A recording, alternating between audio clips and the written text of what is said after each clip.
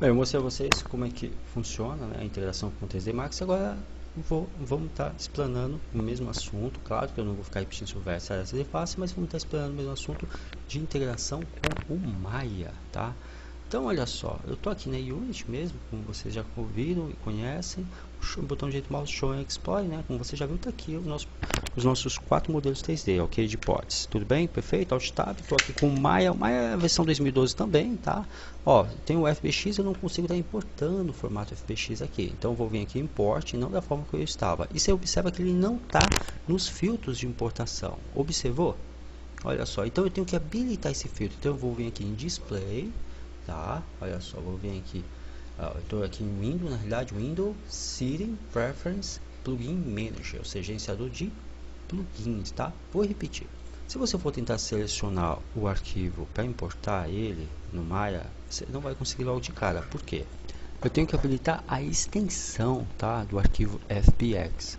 Então, o que eu vou fazer? Ó, você vê que está aqui, né? Se você selecionar, você não vai conseguir importar. Então, o que eu devo fazer? Eu vou vir aqui em Import, ó. Você pode ver que eu não tenho o filtro do arquivo FBX, então eu tenho que habilitar ele. Então, como é que eu faço para estar habilitando ele? Você vai dar um pulinho aqui em Windows, tá? Aí você vai vir aqui em Setting Preferences, ou seja, configurações e preferências, ok? E no último item do submenu, você vai pegar, vai vir aqui em Plugin Manager, ou seja, gerenciador de plugins, e vai procurar a opção FBX. Ó, tá aqui, ó, Autodesk, ó, Anime Import, Export, tá? Essa opção se habilita e tem mais uma que é do FBX. Vamos descer aqui, olha só, FBX Maya, olha só, MLL, prontinho, abriu. Habilitou load, auto load, ou seja, autocarregável quando você startar o Maya, né, sempre. E aí agora sim, você vai vir import e tá aqui, ó, olá, a opção FBX, ó. Opa, deixa eu descer aqui, tá aqui, ó, FBX. Opa, anime import, aqui embaixo, FBX. Pronto. E aí o que acontece? Eu vou conseguir estar importando. Eu gostaria de abrir, ó, parar aqui um pouquinho só para explicar uma coisa. O FBX é um arquivo bastante utilizado, não só nas engines de games, mas principalmente e o mesmo é criado pela Autodesk. Por quê? Só para que vocês saibam. O FBX ele é um arquivo que não só é de modelagem de formato 3D, como o 3ds, o BJ e muitos outros, mas ele incorpora animação. A animação dá para você incorporar nele animação com bônus, com sistema de rings e tudo mais. Ele é um arquivo bastante prático que tem uma ótima integração e aceitação em todos os softwares 3D, bem como engines de game. É o arquivo hoje, o formato de arquivo 3D mais utilizado na área de games, tá? Então só para abrir aí esse parênteses para que você entenda, ok? Quanto a softwares 3D, vou abrir um outro parênteses rapidinho aqui, eu acho que é interessante comentar. Os softwares mais utilizados no mundo são 3D Max, Maya. O Maya é o mais usado na realidade a nível mundo. Depois vem o 3D Max, em especial o Max é o mais usado no Brasil. E seguidamente vem aí outros softwares 3D como o Blender, o Houdini, Cinema 4D e por aí vai. Ok? Perfeito? Vamos continuar? Então vou vir aqui, olha só, voltei, olha só, tô aqui na Unity, perfeito, tá aqui tô com os elementos aqui, por exemplo, são fontes de arquivo, aqui esse azinho aqui, só gostaria de frisar, você vê esse azinho é uma fonte, exatamente a mesma fonte que você usa, por exemplo, no sistema do seu computador, porém, né, em especial no Windows, porém, a Unity, ela não carrega nenhuma fonte do sistema, então ela tem que estar com a fonte incorporada no que? No projeto, tá ok? Então vamos estar dando continuidade, olha só. Eu abri só esse parênteses para que você entendesse mais um elemento que faz parte do nosso projeto, tá bom? Vamos voltar ao Maya e vamos importar aquele modelo 3D, aquele pod, correto? Ó, o filtro está calibrado, tá aqui, ó. O formato também está aqui, então vamos lá. Ó, selecionei, prontinho, tá aí, voilà. Tá aí o meu PTF, eu consigo focar, tá?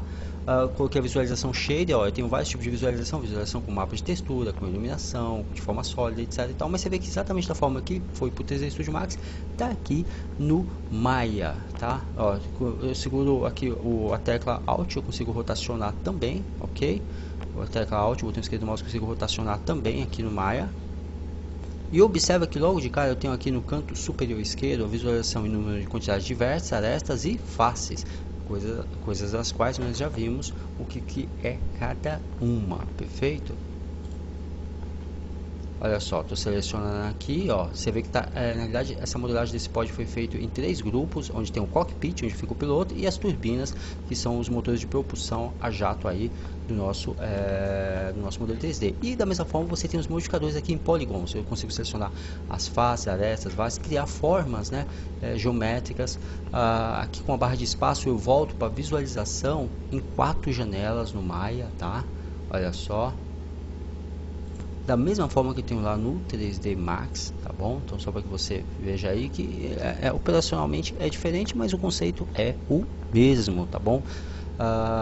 E aí nessa aba aqui Polygons eu consigo fazer o que? Não só criar formas primitivas, ou seja, polígonos, né?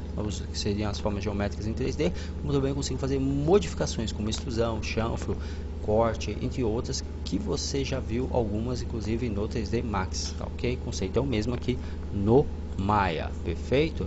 Bem, dito isso aqui, olha só, deixa eu dar um zoom aqui, ó, aqui eu consigo da mesma forma com base no X, Y, Z, redimensionar, rotacionar, ó, ferramenta Mover, consigo mover com base no X, Y, Z, mover, redimensionar e rotacionar, tá?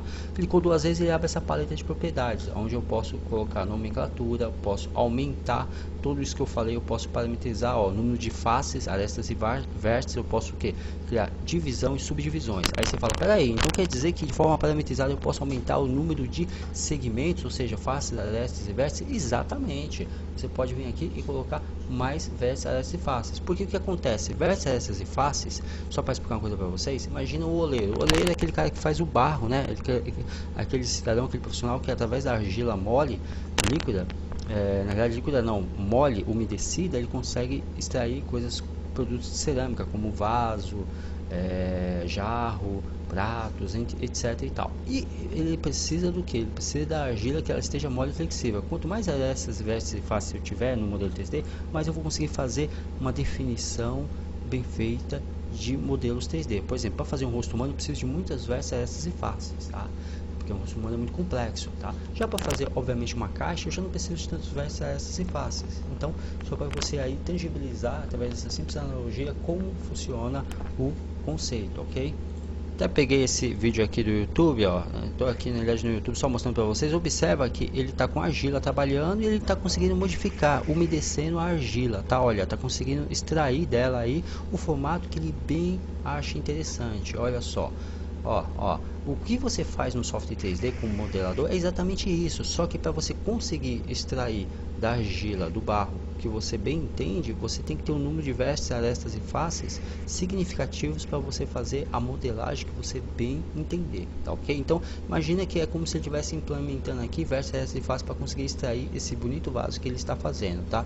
Da mesma forma, é você como profissional em relação aos modelos 3D, ok?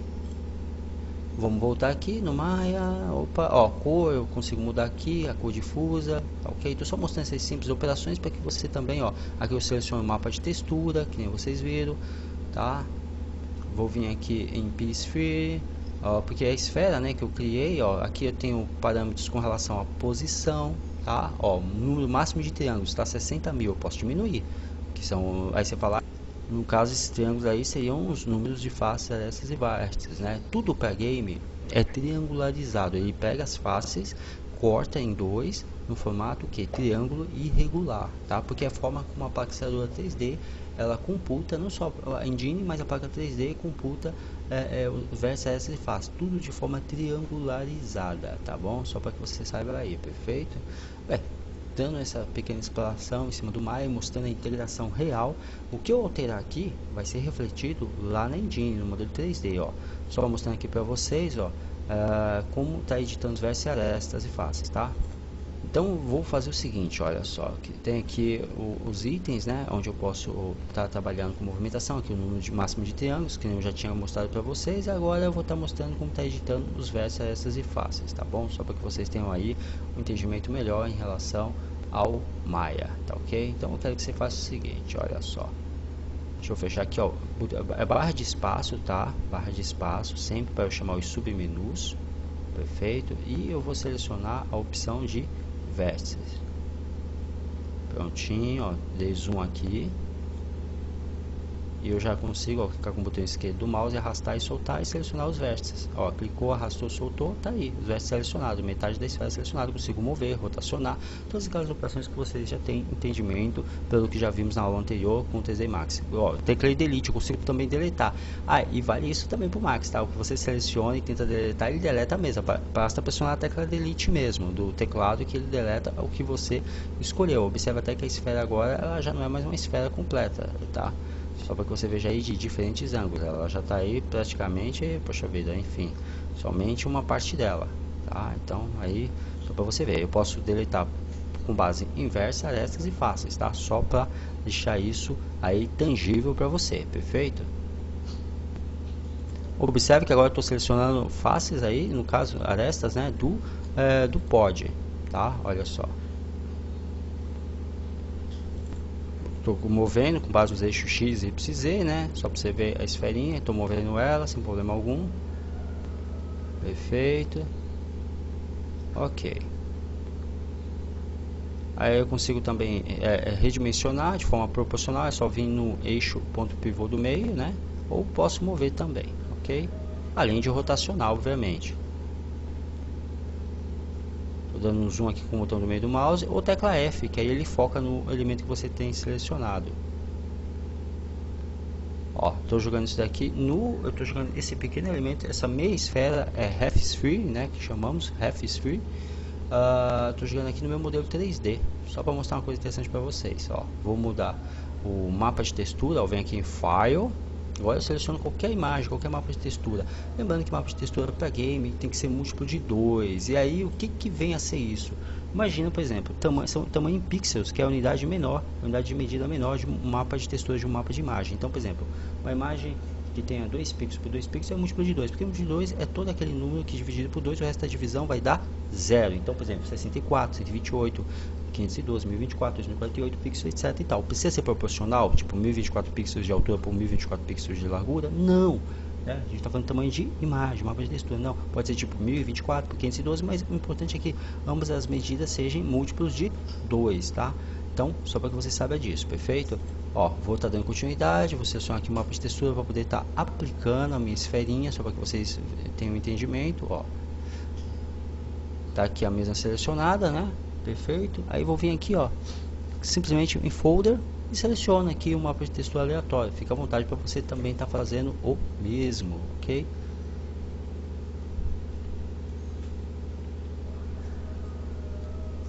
Deixa eu buscar aqui um mapa de textura interessante para estarmos trabalhando.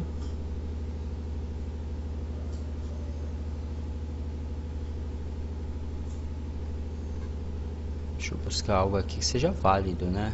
Um monte de coisa aqui já antiga. Deixa eu buscar alguma coisa aqui válida.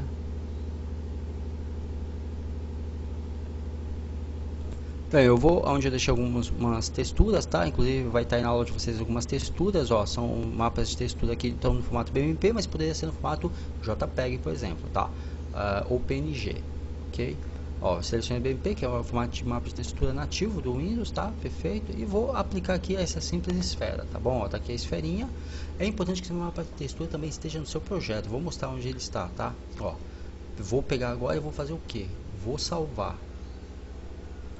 Ó, tá aqui, ó, a esfera, apliquei o mapa de textura, perfeito, tô duplicando, tá?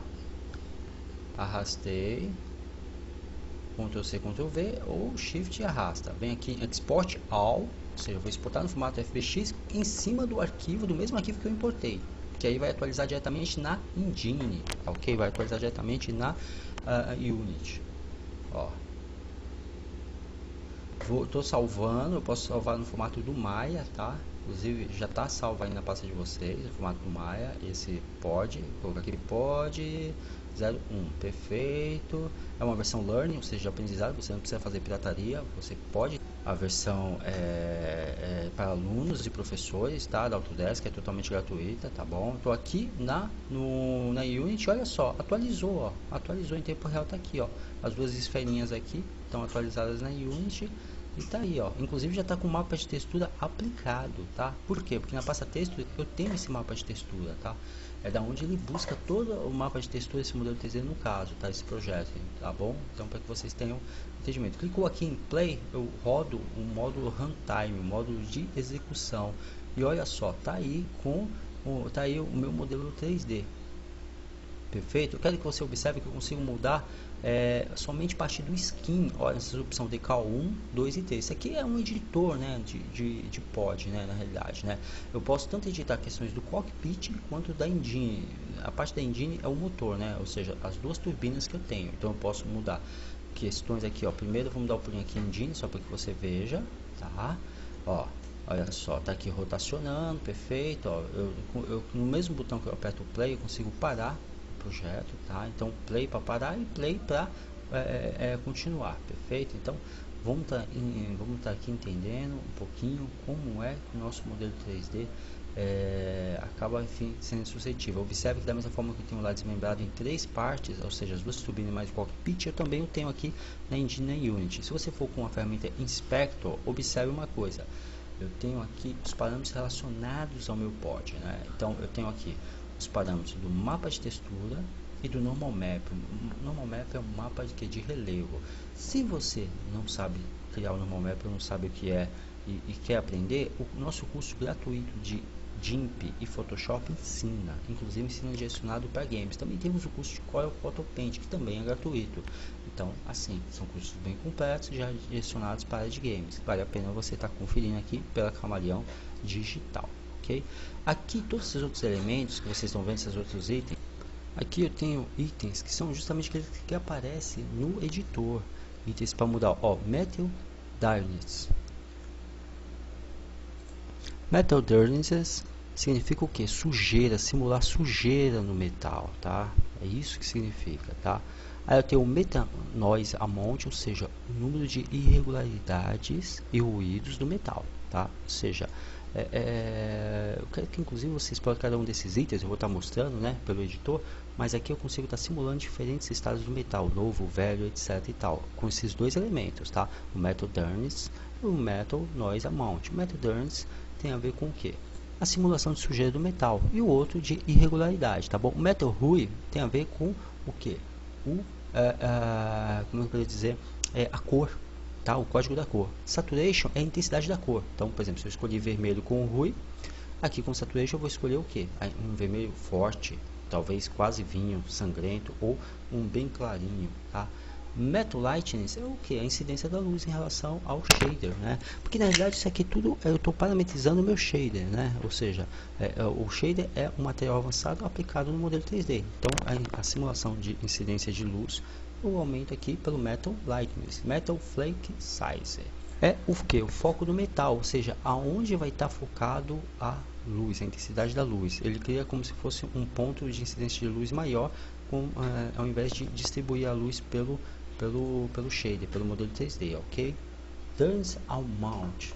Dirt Amount é a simulação de que? De terra, de sujeira no metal. Glow Amount é o que? A quantidade de que? De luz, de absorção de luz, ou seja, você pode deixar o teu pod irradiado de luz, principalmente se você for simular uma corrida no deserto, assim como o filme Star Wars, tá, ok? Clear Amount, ele deixa o metal bem limpinho, como se fosse novinho, ou pode deixar também bem sujo, tá? Bastando ir de um extremo ao outro, porque tudo isso aqui que vocês estão vendo, esse botãozinho aqui, que eu posso descarregar ele da direita para a esquerda, faz com que da esquerda eu tenha os valores mais baixos e até negativos, da direita os valores mais intensos, mais altos, tá? Glue Size é a intensidade do que? Da luz, do brilho em relação ao metal, ok? Oil Streak Intensity. Oil Streak é a simulação do que? De óleo, tá ok? Como se houvesse óleo, sujeira no metal também, mas líquido, uma sujeira líquida. Edge Wear Width, ou seja, largura das arestas. Que arestas? Simula o desgaste das bordas, das beiradas aqui no caso da simulação do shader no modelo 3D, no caso a simulação de metal, ok? E aqui observe que eu tenho um marrom aqui, eu tenho um marrom aqui. Para cada uma das cores que eu tenho no meu shader eu consigo modificá-las, ou seja, ao invés de eu ter que ir lá no editor de imagem modificar e linkar novamente com o meu modelo 3D, eu puro e simplesmente venho aqui e seleciono as cores que eu quero para o meu pod, tá? Só isso. tornando tudo muito mais prático, tá? Ó, vem aqui em Generate All Outputs, por exemplo. Olha só, eu posso randomizar a aplicação, tá? Isso aqui é legal, interessante. Select the qual é aquele adesivo que eu comentei com vocês. Observe que muda exatamente naquele ponto. Aí você fala, peraí, deixa eu ver se eu entendi, Edward. É como se, por exemplo, eu já tenho o meu mapa de textura aplicado que envolve todo o modelo 3D, perfeito. E é como, por exemplo, imagina um ser humano. O ser humano, ele tem a pele que envolve ele, correto? Porém, ele pode aplicar a ele tatuagens, correto? É como se eu pudesse mudar tatuagens, né? Os decal, ou seja, adesivos, eu posso estar alterando somente arquivos que estejam com o canal alfa, né? Ligado a arquivos como PNG, TGA, ou DDS, entre outros. Inclusive, se você não sabe vai para o canal alfa, dá um pulinho nos nossos cursos gratuitos, tá? Temos, como eu já disse, Corel Photopaint, Photoshop e GIMP, que ensina você justamente a criar arquivos com canal alfa. Arquivos com canal alfa são arquivos que o redor tirando a ilustração do arquivo, o restante é o que? É transparente, 100% transparente, e com isso eu consigo estar aplicando aqui outros mapas de textura em cima do mapa de textura que já existe aqui, o que torna tudo muito interessante. Olha só, ó, tô aqui mudando, ó, decal, aqui no caso eu posso alternar entre 4 decals, ou seja, 4 aí mapas de textura, tá bom? Ó, seleciono, perfeito, ó, tá aqui, ó, pronto, mudei, alterei, perfeito. Aqui tem uma águia, tem uma caveira, e aí você pode fazer as variações que eu acabei de comentar. Tá? Ó, vou aqui fazer uma variação de cor. Ele chama a paleta básica do Windows. Olha só para que você veja, estou aqui fazendo a variação em cima da parte da turbina, né? Somente das turbinas. Olha só que legal. Posso fazer variação aí de coloração, de brilho, intensidade, tudo aquilo que eu acabei de comentar. Olha só, vou fazer aqui, deixa eu fazer aqui o Glare Amount, ou seja, intensidade com relação à parte de radiação de luz. Olha só, ó, arrastei, soltei, prontinho. Tá? Ó, tô fazendo aqui algumas alterações aleatórias para que só que você veja que a aplicação ocorre em tempo real na Unity, perfeito? Tudo isso que eu estou fazendo, eu consigo estar fazendo no módulo de execução runtime, né? Eu tô aqui no modo de edição, que é o módulo nativo de desenvolvimento do jogo. Ó, clicou aqui, você vai ver que você tem todas as partes do modelo 3D do pod, inclusive desmembradas. As turbinas, tá? Por isso que tem engine significa motor, por isso que tá a nomenclatura engine, tá? As turbinas, a parte do cockpit, aquelas meias esferas que importamos, tudo tá aqui. E trouxemos lá do Maya. Olha só, observe, eu posso alterar, olha só. Você viu que eu alterei aqui, né? Claro que eu alterei para um modelo bem maior, mas eu posso alterar aqui as partes. Você fala, peraí, deixa eu ver se eu entendi. Então, de repente, eu posso substituir uma parte do meu modelo 3D por outra coisa que eu fiz? Exatamente, por outro modelo 3D. Você pode substituir uma turbina por um outro item que você tenha feito, olha só. Tá? Então isso é muito modular e interessante porque você, principalmente quando está trabalhando em equipe, em conjunto, você pode pegar uma parte de um modelo 3D que um outro colega seu de equipe fez, de trabalho seu, e vem aqui, simplesmente clicou em Box e Mesh, na realidade no item Mesh, você vem na biblioteca que tem que estar tudo no projeto, né? Tem que estar tudo no projeto da Unity e fazer a alteração necessária, tá ok? Vamos estar dando continuidade na próxima aula, mostrando muito mais como se trabalhar aqui com a Unity pelo curso de Pods, Camaleão Digital.